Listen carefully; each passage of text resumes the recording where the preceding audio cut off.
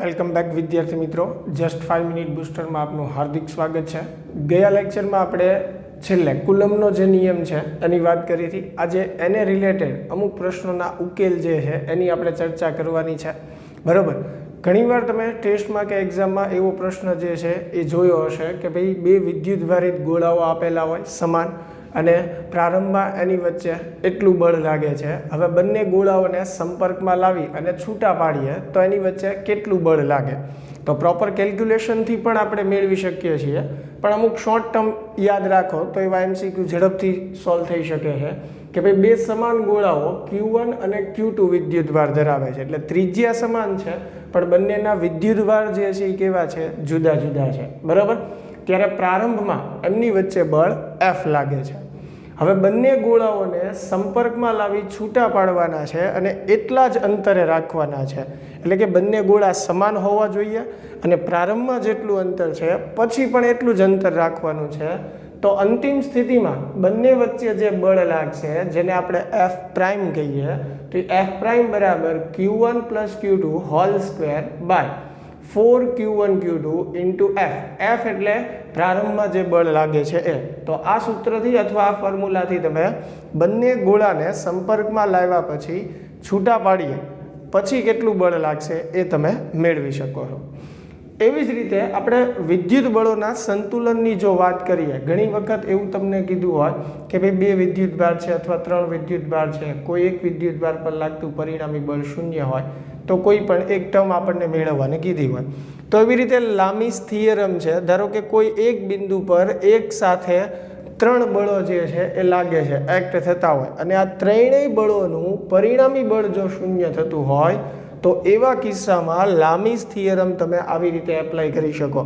બરાબર. અહીંયા બળો F1, F2, F3 મેં દર્શાવ્યા છે, એમની વચ્ચેનો ખૂણો પણ દર્શાવેલો છે.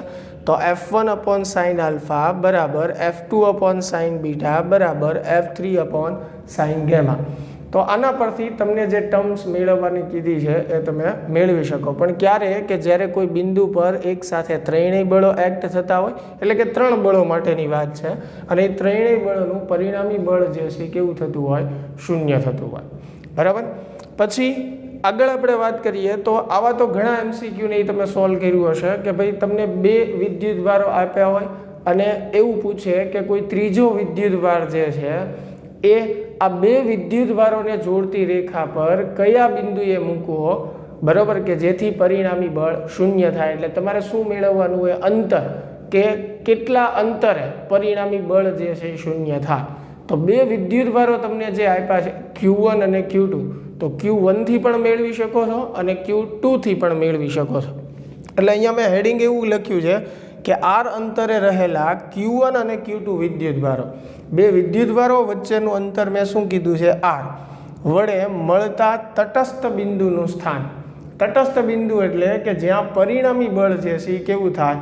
0. તો એ તમને ખ્યાલ જ હશે કે બે વિદ્યુતભારોને જોડતી રેખા પર પરિણામી બળ 0 થાય એવું કાં તો બંને વિદ્યુતભારની વચ્ચે થાય અથવા બહારની તરફ. તો જ્યારે બંને વિદ્યુતભારો જે છે એ સજાતીય હોય ત્યારે તટસ્થ બિંદુ બંને વિદ્યુતભારની વચ્ચે મળે આપણને. બરાબર. તો જો બંને વિદ્યુતભાર સજાતીય હોય એટલે કે બંને ધન હોય અથવા બંને ઋણ હોય તો એવા કિસ્સામાં તટસ્થ બિંદુનું જે અંતર છે જેને મેં D વડે દર્શાવ્યું છે, D બરાબર R under root Q2 by Q1 plus 1. આ સૂત્રથી ડાયરેક્ટ તમે તટસ્થ બિંદુનું અંતર મેળવી શકો છો. પણ અહીંયા ખાસ ધ્યાન રાખવાનું છે, R જે છે એ બંને વિદ્યુતભારો વચ્ચેનું અંતર છે, પછી D જે છે એ તટસ્થ બિંદુનું અંતર છે જે આપણે અહીંયા Q1 થી લીધેલું છે. એટલે આ જે D ની કિંમત મળશે એ Q1 થી મળશે. સેમ એવી રીતે જો બંને વિદ્યુતભારો વિજાતીય હોય એટલે કે એક વિદ્યુતભાર ધારો કે Q1 ધન છે અને Q2 ઋણ છે તો બંને વિજાતીય થયા, તો એવા કિસ્સામાં સૂત્રમાં અહીંયા શું આવશે? માઇનસ આવશે. બરાબર. તો આવી રીતે તમે તટસ્થ બિંદુ જે છે એટલે કે પરિણામી બળ કેટલા અંતરે 0 થશે એ બે વિદ્યુતભારોના કિસ્સામાં મેળવી શકો છો ડાયરેક્ટ શોર્ટ ફોર્મ દ્વારા. તો આશા છે કે આજનો વિડીયો લેક્ચર જે છે એ તમને પસંદ આવ્યો હશે. ખાસ વિડીયો જે છે એને લાઇક કરો, શેર કરો અને ચેનલને સબસ્ક્રાઈબ કરો. જો બેલ આઇકોન પ્રેસ ન કર્યો હોય તો બેલ આઇકોન પ્રેસ કરી લેજો, એટલે જ્યારે પણ હું નવા વિડીયો મૂકું એટલે તરત જ તમને મળી જાય. તો મળીએ હવે નેક્સ્ટ લેક્ચરમાં. Thank you.